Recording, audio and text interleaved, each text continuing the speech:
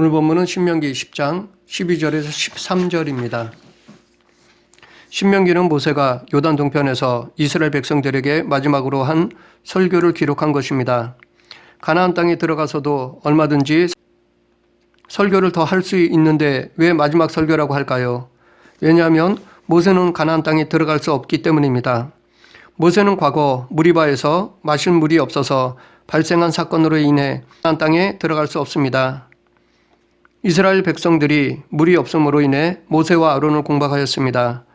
회막 앞에 엎드려 기도할 때 여호와의 영광이 나타나 반석을 명하여 물을 내라 말씀하셨습니다. 그러나 모세와 아론은 이스라엘 백성들에게 패역한 너희여라고 화를 내며 반석을 지팡이로 2번을 쳤습니다.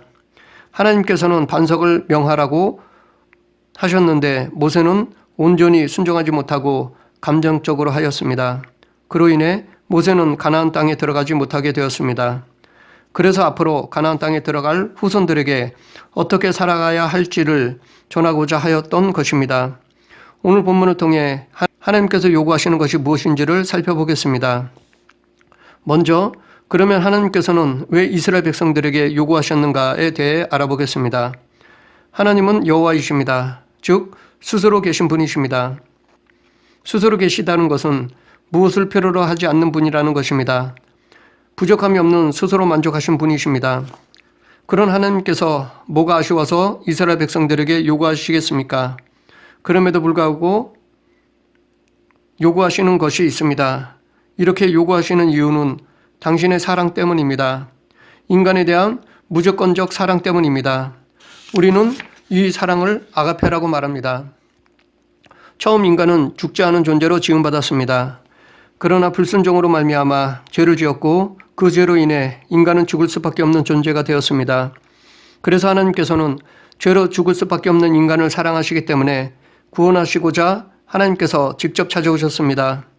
창세기 12장에서 아브라함을 찾아오셨고 15장에서 그와 언약을 체결하셨습니다. 여호와께서 아브라함에게 이르시되 너는 반드시 알라. 내 자손이 이방에서 객이 되어 그들을 섬기겠고 그들은 400년 동안 내 자손을 괴롭히리니 그들이 섬기는 나라를 내가 징벌할지며 그 후에 내 자손이 큰 재물을 이끌고 나오리라. 이 언약을 지키기 위해 또다시 모세에게 찾아오셨습니다. 그리고 모세를 통해 이스라엘 백성들을 애굽에서 이끌어내셨습니다. 그리고 시내산에서 이스라엘 백성들과 언약을 다시 체결하셨습니다. 여기서 하나님은 이스라엘 백성들과 종주권 언약을 체결하였습니다. 종주인 하나님은 이스라엘 백성들에게 순종을 요구하시고 그에 따른 돌보심을 약속하셨고 봉신인 이스라엘 백성들은 하나님께 돌보심을 받고 그에 따른 순종을 약속했습니다. 그로 인해 이스라엘 백성은 하나님께 요구하시는 것에 순종할 의무가 있고 하나님은 이스라엘 백성들을 지켜주실 의무가 있는 것이었습니다. 그런데 이 언약은 알고 보면 인간에게 더 이익이 됩니다. 왜냐하면 하나님은 인간이 할 수 없는 것을 절대로 요구하시지 않으면서도 인간이 하지 못하는 것을 해주시기 때문입니다. 또한 앞에서 살폈듯이 하나님은 필요한 것이 전혀 없습니다. 반면에 인간에게는 필요한 것이 많이 있습니다. 그리고 인간은 하나님께 줄 수 있는 것이 아무것도 없습니다. 그러나 하나님은 인간에게 모든 것을 주실 수 있습니다. 그렇기 때문에 이 언약의 이익을 따진다면 오로지 인간에게만 이익입니다. 그러므로 인간에 대한 하나님의 요구는 오히려 인간에게는 복이요 은혜인 것입니다. 만약 하나님께서 인간에게 아무것도 요구하지 않는다면 그것이 우리 생각에는 더 좋을 것 같지만 그것은 무관심입니다. 이것은 사랑이 아닙니다. 이것은 방치하는 것으로 미움보다 더 무서운 것입니다. 그러기에 하나님의 요구는 우리를 향한 또 다른 사랑의 표현입니다. 부모 자식 간의 남녀 간의 사랑에서도 상대에 대한 요구, 즉 기대치가 있습니다. 기대치가 없으면 관심이 없다는 것입니다. 물론 상대에 대한 기대치 때문에 싸우기도 하지만 그러는 과정에서 사랑은 깊어집니다. 또한 사랑하는 상대가 잘못을 했는데도 그냥 사랑이라는 명목하에 넘어가면 그것은 오히려 상대를 망치는 결과를 초래합니다. 그러므로 상대에 대한 요구나 권면은 사랑의 한 표현입니다. 물론 지나친 요구나 권면은 상대에게 상처를 줄 수 있기에 우리는 적시적절하게 활용해야 할 것입니다. 즉 내 중심이 아닌 상대 중심으로 사랑하는 마음에서 비롯되어야 할 것입니다. 하나님은 이스라엘 백성들을 사랑하셨습니다.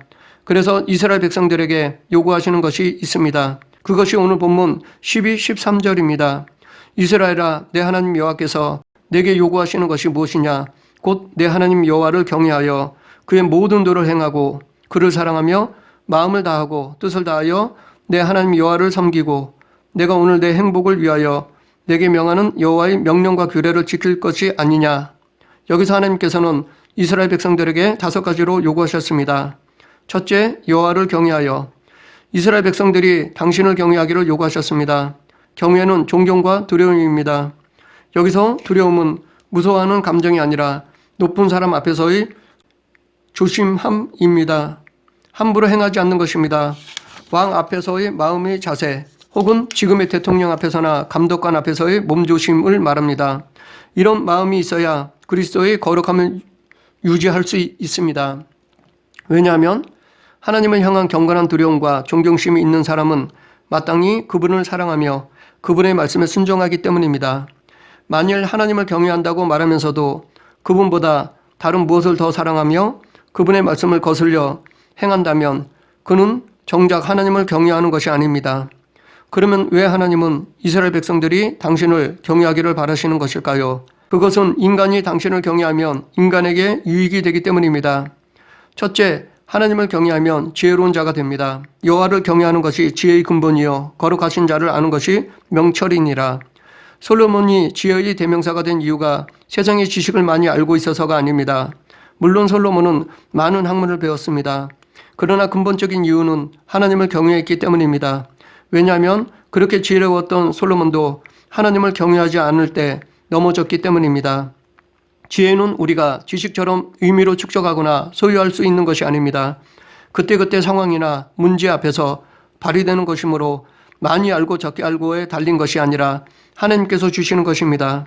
솔로몬의 판결 중에 아이를 반으로 갈르라는 명령으로 아이의 친엄마를 가려냈습니다. 이 해결 방법은 비상식적인 방법입니다. 당시 많은 학문을 배운 사람의 판단치고는 너무나 유치합니다. 그럼에도 불구하고 이 판결로 인해 진짜 엄마와 가짜 엄마를 분별하게 되었고 문제가 해결되었습니다. 이것은 아마도 친엄마의 감성을 자극하려고 했던 지혜라고 생각됩니다. 이렇게 우리 생각에 비상식적인 것이라도 하나님이 주신 지혜는 문제를 해결합니다. 둘째, 하나님을 경외하면 악에서 떠납니다. 인자와 진리로 인하여 죄악이 속하게 되고 여호와를 경외함으로 말미암아 악에서 떠나게 되느니라. 하나님을 경외하는 자는 하나님의 속성인 바름과 정직을 추구합니다. 그러하기에 자연히 악에서 떠날 수밖에 없습니다. 셋째, 하나님을 경외하면 영원히 평안해집니다. 여호와를 경외하는 자가 누구냐? 그가 택한 길을 그에게 가르치시리로다. 그의 영혼은 평안히 살고 그의 자손은 땅을 상속하리로다. 여기서 평안히 산다는 말을 직역하면 선한 것 중에 밤을 지내며 라는 말입니다. 즉 하나님을 경외하면 선하신 하나님께서 베풀어 주시는 영적인 평강을 누릴 수 있다는 것입니다. 하나님이 주시는 평강은 세상을 초월한 것입니다. 그래서 사도 바울은 빌립보서 4장 6절 7절에서 아무것도 염려하지 말고 다만 모든 일에 기도와 간구로 너희 구할 것을 감사함으로 하나님께 아뢰라. 그리하면 모든 지각에 뛰어난 하나님의 평강이 그리스도 예수 안에서 너희 마음과 생각을 지키시리라 라고 하였습니다. 넷째, 하나님을 경외하면 부족함이 없습니다. 너희 성도들아 여호와를 경외하라. 그를 경외하는 자에게는 부족함이 없도다. 하나님을 경외하면 하나님께서는 언약에 입각해서 모든 것을 책임져 주십니다. 필요를 채워주심으로 부족함이 없게 해 주십니다. 이스라엘 백성들은 광야에서 40년 동안 하나님의 돌보심을 받아서 먹을 것, 마실 것, 입을 것이 해결되었습니다. 주께서 40년 동안 너희를 인도하여 광야를 통행케 하셨거니와 너희 몸의 옷이 낡지 아니하였고 너희 발이 신이 헤어지지 아니하였으며 이렇게 하나님을 경외하면 하나님께서 인간에게 많은 이익을 베풀어 주십니다. 계속해서 하나님께서 이스라엘 백성들에게 요구하시는 것은 둘째, 그의 모든 도를 행하고 하나님의 도를 행하는 것은 하나님께서 말씀하신 길을 걸어가는 것을 의미합니다. 이렇게 하나님의 모든 도를 행하면 복을 받습니다. 그리고 번성합니다. 이스라엘아 듣고 삼가 그것을 행하라. 그리하면 내가 복을 받고 내 조상들의 하나님 여호와께서 내게 허락하심 같이 적과 꿀이 흐르는 땅에서 내가 크게 번성하리라. 그러므로 우리가 복을 받기를 번성하기를 원한다면 하나님의 길을 걸어가야 합니다. 그러나 세상에는 이 길에서 벗어나게 하는 유혹들이 많이 있습니다. 만약 이 세상적 유혹에 빠져 하나님의 길에서 벗어나면 곧 넘어지게 됩니다. 이는 교회도 마찬가지입니다. 교회가 하나님께서 말씀하신 길을 가지 않고 이 세상의 가치 판단의 유혹에 빠져 교회의 외형에만 관심을 가진다면 교회로서의 힘을 발휘하지 못합니다. 교회의 힘은 결코 재정의 금액이 아닙니다. 성령님의 능력입니다. 그러나 많은 교회들이 마치 물질의 힘이 성령님의 힘인 양 생각하는 경향이 있습니다. 대형 교회가 하나님의 뜻인 양 생각합니다. 성경에서 알 수 있듯이 하나님은 소수의 의인을 통해 역사해 주셨습니다. 그러므로 교회는 의를 추구해야 합니다. 돈은 단지 교회나 사회의 외모만 변화시킬 뿐입니다. 근본은 변화시키지 못합니다. 오직 성령님만이 교회와 세상을 근본적으로 변화시킬 수 있습니다. 하나님께서 이스라엘 백성들에게 요구하시는 것은 셋째, 그를 사랑하며 하나님을 사랑하는 것입니다.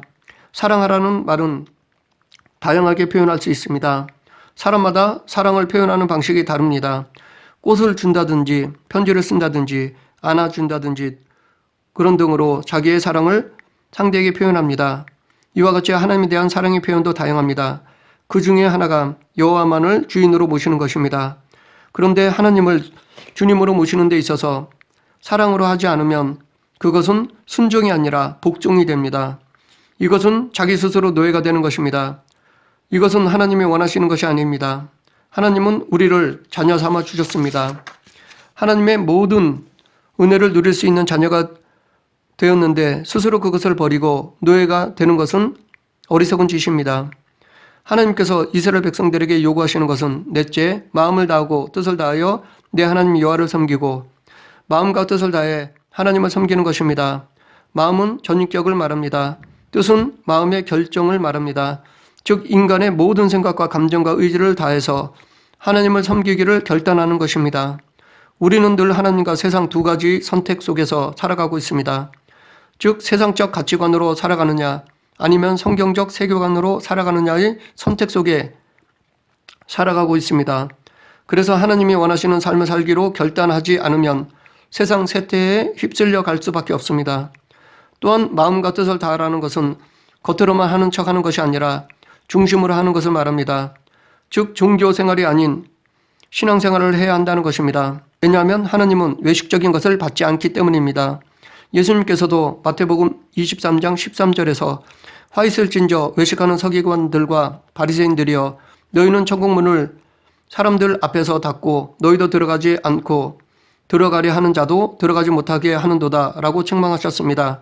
이렇게 하나님은 외식적인 신앙생활을 가증스럽게 여기십니다. 마지막으로 하나님께서 이스라엘 백성들에게 요구하시는 것은 다섯째, 여호와의 명령과 규례를 지킬 것이 아니냐. 하나님의 명령과 규례에 순종하는 것입니다. 그런데 여기서 관심 있게 봐야 할 것이 있습니다. 명령과 규례를 준 이유가 무엇이냐입니다. 내가 오늘 내 행복을 위하여 라는 것입니다. 하나님께서 인간을 피곤하게 하려고 명령과 규례를 주신 것이 아닙니다. 오히려 인간에게 행복을 주기 위해 주신 것입니다. 그런데 인간은 명령과 규례를 싫어합니다. 속박당하는 것 같고 자유롭지 못하기 때문이라고 생각합니다. 그러나 오히려 명령과 규례 안에서 우리는 더 큰 자유를 누릴 수 있습니다. 만약 명령과 규례가 없이 자유를 준다면 그것은 방종입니다. 그 결과는 혼란과 두려움입니다. 이것은 마치 우리가 행복한 삶을 위해서 반드시 지켜야 할 신호등과도 같은 것입니다. 신호등에 빨간불이 들어오면 운전자는 주행을 정지해야 합니다. 모든 운전자는 신호등이 지시하는 대로 따르면 사고가 나지 않습니다. 빨간불인데 무시하고 주행한다든지 좌회전 신호인데 직진하고자 할 때에 사고가 발생합니다. 하나님의 계명이 이와 같습니다. 그분이 가지 말라고 빨간불을 켜시면 서야 합니다. 아무리 자신이 원하고 또 여건이 조성되었다 하더라도 가서는 안 됩니다. 반대로 파란불이 켜지면 주행해야 합니다. 더 머물러 있고 싶어도 나아가야지 다른 차들이 정상적으로 움직이게 됩니다. 하나님의 계명은 우리의 삶을 행복으로 안내하는 신호등이므로 반드시 지켜야만 합니다. 그래서 시편 기자는 또 주의 종이 이로 경계를 받고 이를 지킴으로 상이 크니이다 라고 하였습니다. 하나님께서 주신 명령과 규례 안에서 우리는 참 자유를 누릴 수 있습니다. 부뚜막에 소금도 집어넣어야 짠 것처럼 행복한 삶을 위한 제반 요소들이 구비되어 있어도 이를 활용하지 않으면 행복할 수가 없습니다. 하나님은 우리가 행복하게 살 수 있도록 필요한 모든 것을 준비해 주셨습니다. 이제 나머지는 우리 자신의 몫입니다. 공식을 도입하여 수학 문제를 풀듯이 하나님의 뜻을 묵상하고 그 의미를 깨달아 삶 속에서 적시적절하게 적용하면 행복한 삶을 살 수 있습니다. 부모가 사랑하는 자녀들이 행복하게 살기를 바라는 것 이상으로 하나님은 우리가 당신에게 순종함으로 행복하게 살기를 원하십니다. 우리는 인간의 행복을 위해 명령과 규례를 주신 하나님께 감사해야 합니다. 말씀을 정리하겠습니다. 하나님께서 이스라엘 백성들에게 요구하시는 것들은 지금 우리들에게도 해당됩니다. 그렇기 때문에 우리도 첫째 하나님을 경외해야 합니다. 둘째 하나님의 모든 도를 행해야 합니다. 셋째 하나님을 사랑해야 합니다. 넷째 마음을 다하고 뜻을 다하여 하나님을 섬겨야 합니다. 다섯째 하나님의 명령과 규례를 지켜야 합니다. 지금 우리도 이렇게 하나님께 순종함으로 하나님께서 예배해 두신 모든 은혜를 누리는 그리스도인이 되길 간절히 축원합니다. 기도하겠습니다. 사랑의 하나님 감사합니다. 하나님의 요구에 즐겨 순종하는 그리스도인이 되게 하여 주시옵소서. 넓고 크신 하나님의 마음에 조금이나마 감사의 표시로 순종하고자 하오니 저희들의 연약한 의지를 붙잡아 주시고 저희들을 통해 복음의 통로로 사용하여 주시옵소서. 예수님 이름으로 기도드립니다. 아멘.